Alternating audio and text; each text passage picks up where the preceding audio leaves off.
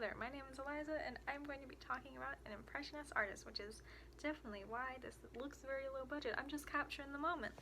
So I'm going to be talking about Berthe Morisot, who was obviously stated a French Impressionist painting. However, if you don't know French and you can't understand, or you just don't recognize that name, the artist is a female, and she, very rare for the time. She was actually pretty well known. She was able to sell like pieces at auctions as well as some salons, and she got to be grouped up with a lot of famous Impressionist painters like Manet, who was her brother-in-law, and like Monet, Cézanne, just because like they were kind of not considered very well loved in the art scene by critics.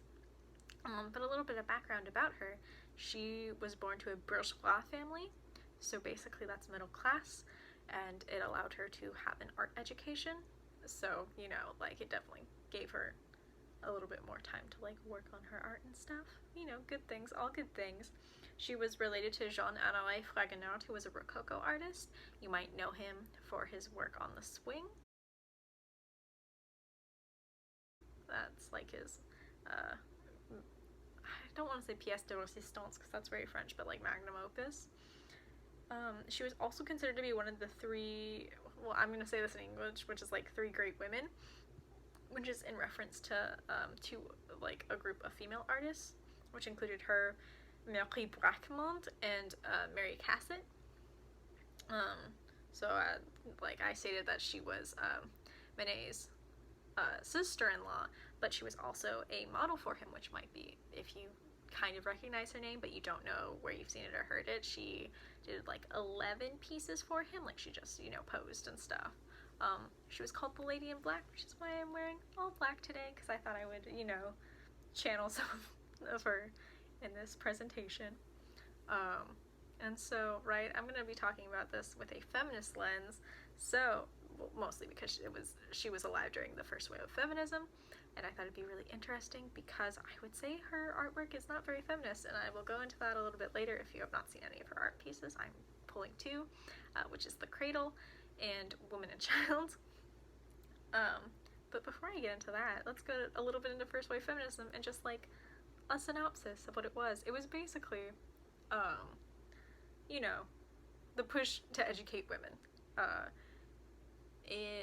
But not just because obviously women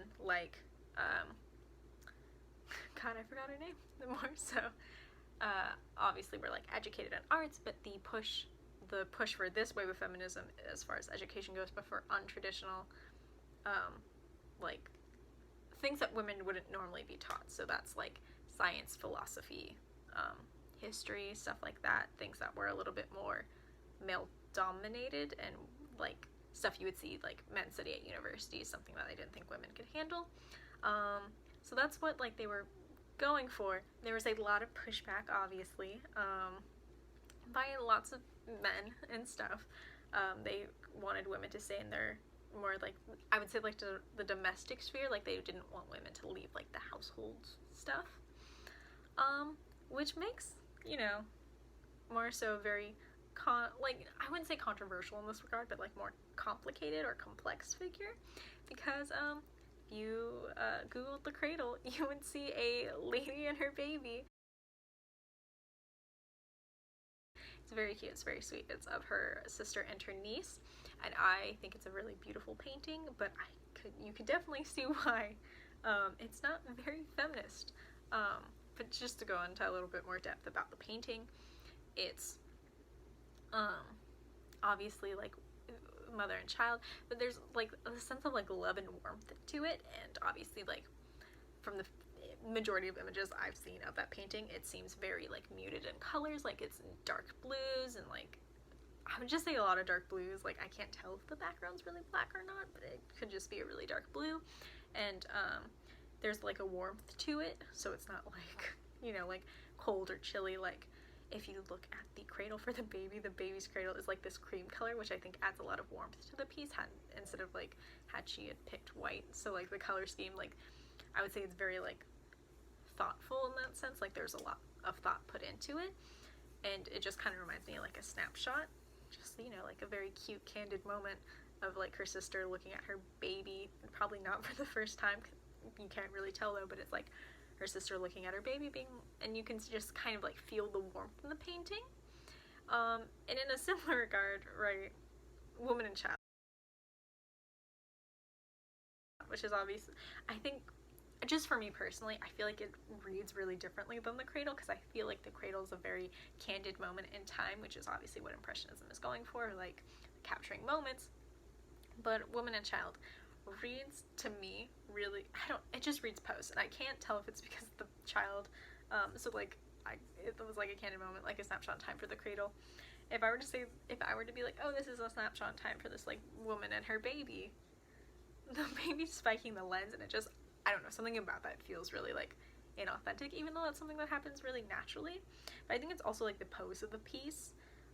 It kind of reminds me a little bit more of, I think there's a Renoir of him, not him, but it's like his wife holding a baby, and it just kind of reminds me of that pose, and that pose is a reference to the Madonna. I can't remember the name off the top of my head, but I'll try to link it down below. But yeah, like, it just feels a lot more posed. It feels a little bit more reminiscent of, like, men painting women and drawing women with children, just because, like, they're doing it off of a reference point instead of, it's not as natural. So I feel like this painting, like, gives me the same vibes. It's not as natural, and, I don't know if it's just because it feels kind of incomplete, because obviously it's not an oil painting like the Cradle is. It looks like it's like a pastel, and it looks way more sketch-like, which I feel like should give me more of like a realism vibe to it, but it just doesn't. And like, I can't tell if it's just like the pose of the overall piece, because it's like a woman, like, I can't tell if she's looking at her baby or if she's just closing her eyes in the shot, but it's like her holding the baby. And the baby's obviously like spiking the lens, they're looking at the camera, and they're holding something in their hand, and I don't know, it just, I think it loses that, like, I don't want to say it's the Cradle simple, but there's like just such a like warmth and sweetness to it, and it's very like loving, and I feel like this one, while it's still trying to capture that with like the mom potentially looking at the child, it just doesn't read as well, to me at least. I'm sure to someone else it reads very similarly, but I don't know. I also can't tell if it's like the color scheme. Like, I don't feel like it's as cohesive as the Cradle, just because like there's a lot more like it's like more highly saturated in colors. Like the mother and child are like ginger, and like the baby's wearing this very like blue, like this weird blue teal color, like, but it's also like coldish, like there's a cool tone to it. And the mom's wearing this very like vibrant red dress, but like there's like still that like it's like that dress feels really warm, and the baby's like entire aesthetic, like, well, not aesthetic, but the look of the baby and like how the baby is portrayed is very like cool toned, which definitely reads more like it's, I can't understand why I feel like it's more posed, but like the clothes aren't as like, they don't mesh as well together, which is an obvious sign that this is probably like a real sketch.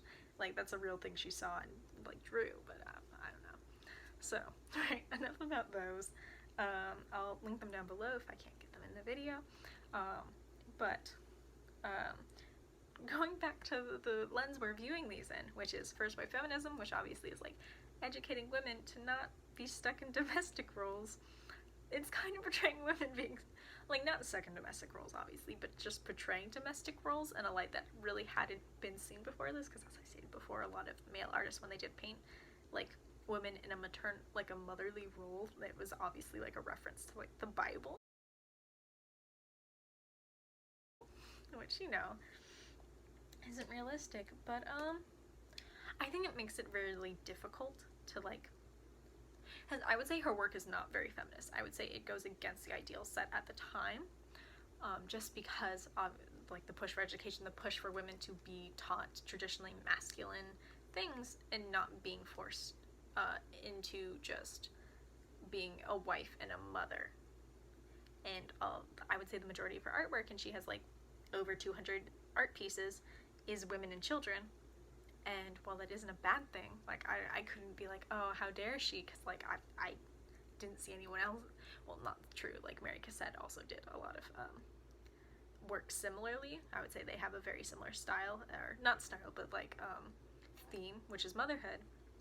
But it doesn't read as very feminist, even though like she was a very well-renowned female artist for the time. Like, that's just a huge deal and should be like considered a really big accomplishment for women. But I think it comes at the cost of reinforcing stereotypes about women that women wanted to break. Like, I feel like if she had been painting women like at university or something, or like if it was less capturing, if her art pieces were less about like capturing these moments and more about like creating moments for women, because it's like she was capturing day-to-day life, which is cool and all, but like the whole point of this movement was to think beyond day-to-day life. And I think that, like, it makes it hard to like think about, or like I just like to understand it, because I think I could understand someone being like, oh, she's totally like a feminist icon. Like, she was a prolific female painter who was able to sell her works with like the likes of like Monet and Manet and, you know, like Cezanne, like all these like really well-renowned Impressionist artists. She was able to sell work and was able to draw a crowd in just because she was an artist, specifically a female artist. They wanted to see what she was about, but like she was able to sell her paintings, which is something not a lot of artists can say now. Like, she sold them while she was alive. But then you look at her artwork and you're like, oh man, that's just kind of reinforcing the fact that I like, if it like an anti-feminist were to see it, it's like, see, that's the type of woman we want. Like, she's like, even though she's like doing things that are non-traditionally female, she's still like painting women as mothers, which, and like still being stuck in that domestic sphere, if I didn't say that properly, I'm very sorry. But it's like, it's just like really hard to because we're going just off her work. Absolutely not. 100% now. Women in that motherly role for first wave feminism was everything they didn't want to talk about. It was more for a push of women to be treated as equals and be able to have the opportunities that men had. And that meant like not having to be mothers. That meant being able to go to college and university and to learn things that interested them. Not to say they couldn't later be moms, but it wasn't the focus. Whereas all of these pieces, the focal point is the fact that like it's the relationship between like mother and child, or like the mom, like that love there, and just kind of reinforcing that, you know what, it's not a bad stereotype. And it isn't. It's never been a bad stereotype, but for first wave feminism, it's what they were fighting against, and it's what she's reinforcing. I think that makes it really hard, because she's been like quoted as saying like she wanted equal treatment from her male colleagues, because she worked just as hard. She had the same like education level, like she should be treated like an equal, and she wasn't. And I wonder how much of that is based off of what she was painting, and how much of that was like her gender. I assume it's a mixture of the two, because she was like reinforcing the ideals that she was breaking, and I think that makes it really difficult to place her in any specific spot. And even like talking about it makes it really complicated, because I don't think there's a right way to categorize her. I think her as an artist, definitely, but her artwork is like, no, like I keep reiterating, but like her art is not what like feminists would want to see. And I'm just like, I think it's important to place her as a feminist icon solely for the fact that she was a female artist who was able to sell art during her lifetime. Like, that is such a rare feat. There are so many famous female like authors, artists, you know, like all these things that their work didn't see the light of day, or like didn't get any recognition while they were alive. And for her to have that accomplishment is huge. And I think at the end of the day, I think that matters more than what she was painting, just because you have to consider like the style she was painting. She lived during Impressionism. She was painting what she was seeing, and because she was a wife and mother, she was seeing other wives and mothers. And so I think maybe I would say that's the more important thing, is that I think, not separating her artwork, but understanding the time frame in which she was painting and the era of art she was painting in. And just all in all, I think she managed to do a lot of great things. And I've been like, when I was looking up and stuff, I was able to see that there has been a lot more interest in her as the years progress. And I hope that this will be the start of people hearing about her name, because she does deserve all the accolades she got while she was alive, and I think she deserves to still have them while she's deceased.